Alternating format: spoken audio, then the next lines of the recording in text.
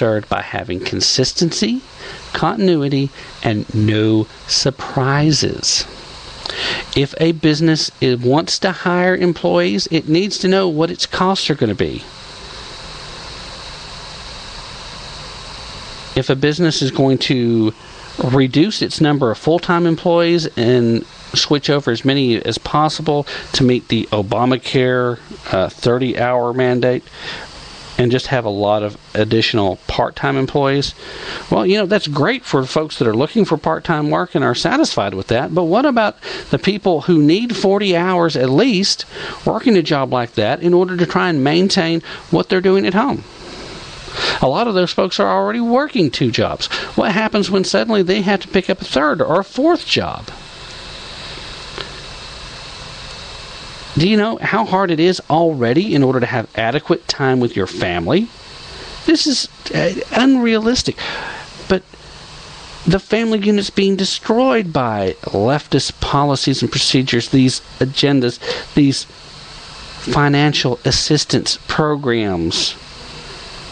The entitlement programs are destroying America, and we've got to be able to adequately express this in a way that doesn't offend anyone. Although I'm certainly not afraid of offending people. But if you really want to reach these people on the other side, you can't go into name calling, and you can't immediately react when they do. You have to stay calm. And you have to express it. I'm not saying back down. I'm not saying be weak. I'm saying be forceful, be strong, but be accurate with facts and make strong, compelling arguments, because that's the only way you're ever going to get across to people who don't get it. And speaking of people who don't get it, let's take a quick commercial break. We'll be right back.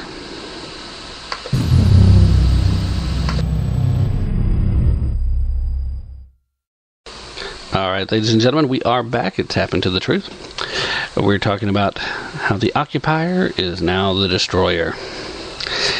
Basically, that's a little hyperbole, but you know what? The point is that we, as conservatives, have to reach out to people who typically vote for the liberal leadership. Because the truth of the matter is that most Americans aren't all that different from what they want, what they're working for, what they're trying to achieve. All of us want a better life. All of us want to be able to have something to give to our families. All of us want to be better off than we were a year ago. It's simple. The human spirit is crushed under the precepts of collectivism. The more people think they can get without working for it, the less any of us are going to be able to have. What we have to make clear to everyone that doesn't get it is the fact that the federal government doesn't have any money of its own.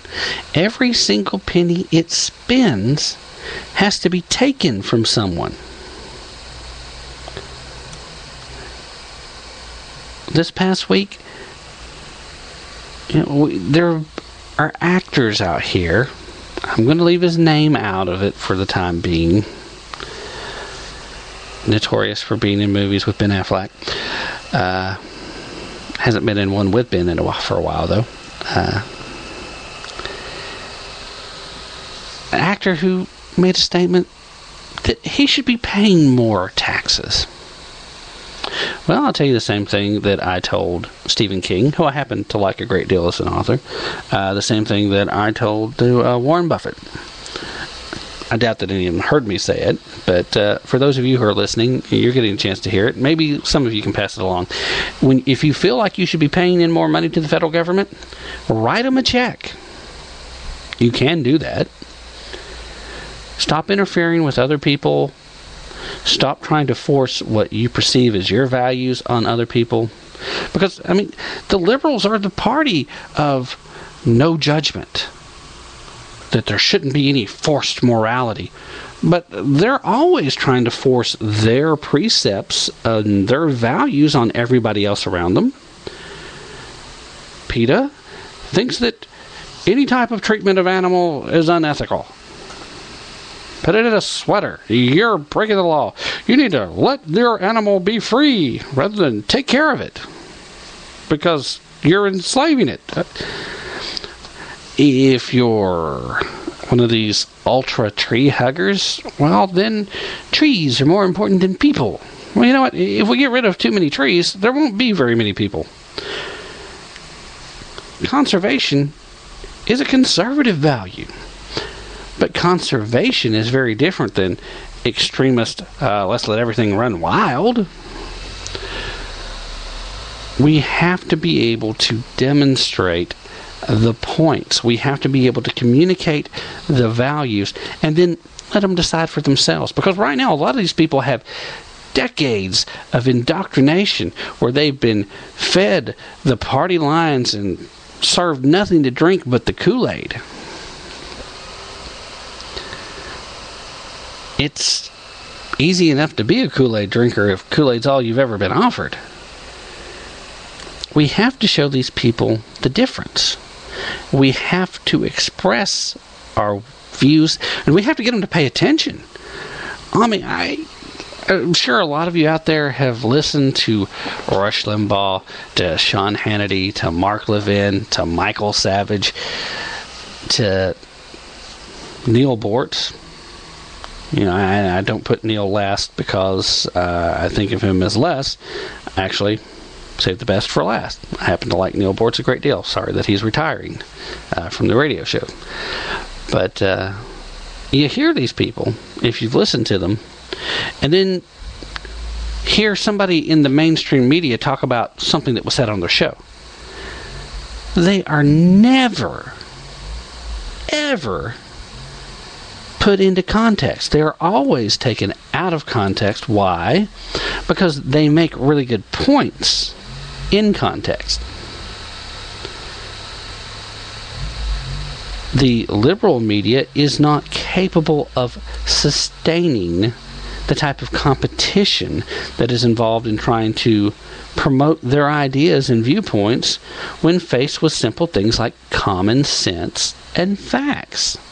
Now, they'll present their own facts, and they'll take a ton of statistics, and they'll do everything in their power to convince you that they're right, and you should believe them because they're so much smarter than the rest of us. They know so much more, and they have such a high level of ethical standards. That would be a good point to insert any of the past 12 years worth of stories where information, facts, or just flat out the whole story itself was completely fabricated by known and respected professional journalists. It's a shame, in fact, that we live in an age where independent bloggers are probably a more reliable source of unfiltered information. I can't imagine that MSNBC manages to maintain a high enough viewership to warrant even being on the air. But all the time, they have folks that are going off about how radical and to the right that Sean Hannity and other people have moved recently. Why? Because Sean Hannity said that it's certainly conceivable that secession may be in the future if the federal government continues its radicalized abusive pattern.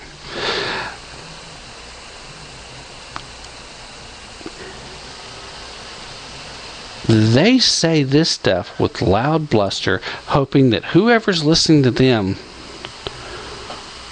will have considered the other side so marginalized that they'll have no interest in listening to what they actually said. I mean, even Bill O'Reilly, who's as almost middle of the road as you can get.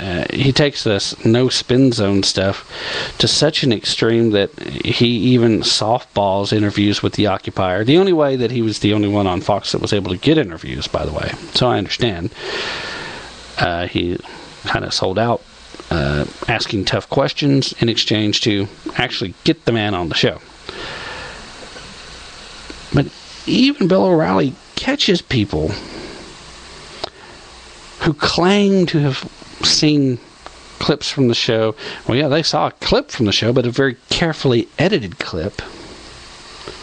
Of course, referencing a relatively recent interview with a lawmaker from the state of Hawaii. The people on the left claim to know everything. But what they really don't seem to get is they don't understand Americans want freedom. We cannot allow the Occupier to destroy our Constitution.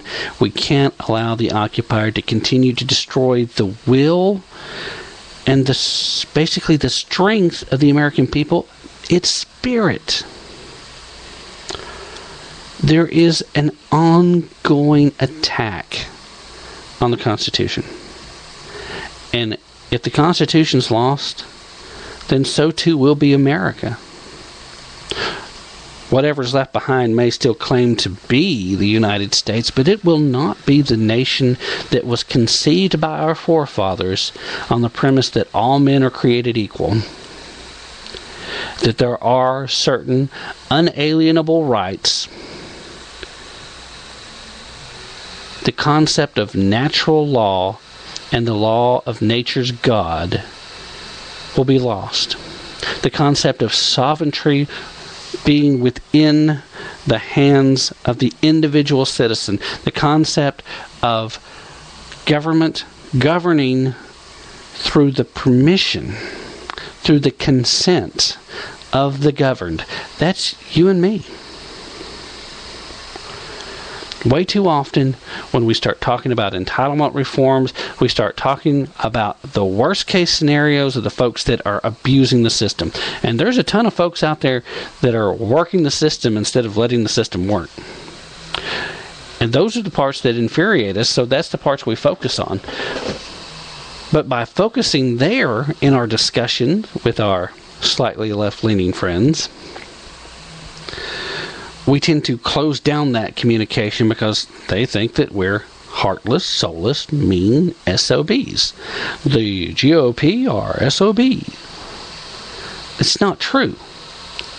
We've got to make sure that they understand that what we believe is that they're better off without government intervention.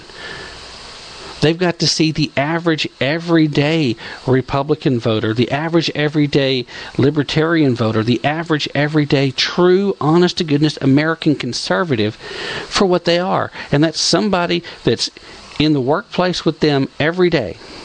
That's somebody who understands that America's greatness comes not from its government, but from its people. We cannot allow the Occupier to win this debate or any more further debates. We've got to get out there and do what the Republican leadership seems to be incapable of. We have to take control of the conversation by taking it to the voters directly. We've got to go talk to the people. We may not be able to change all their minds, but we don't have to get them all.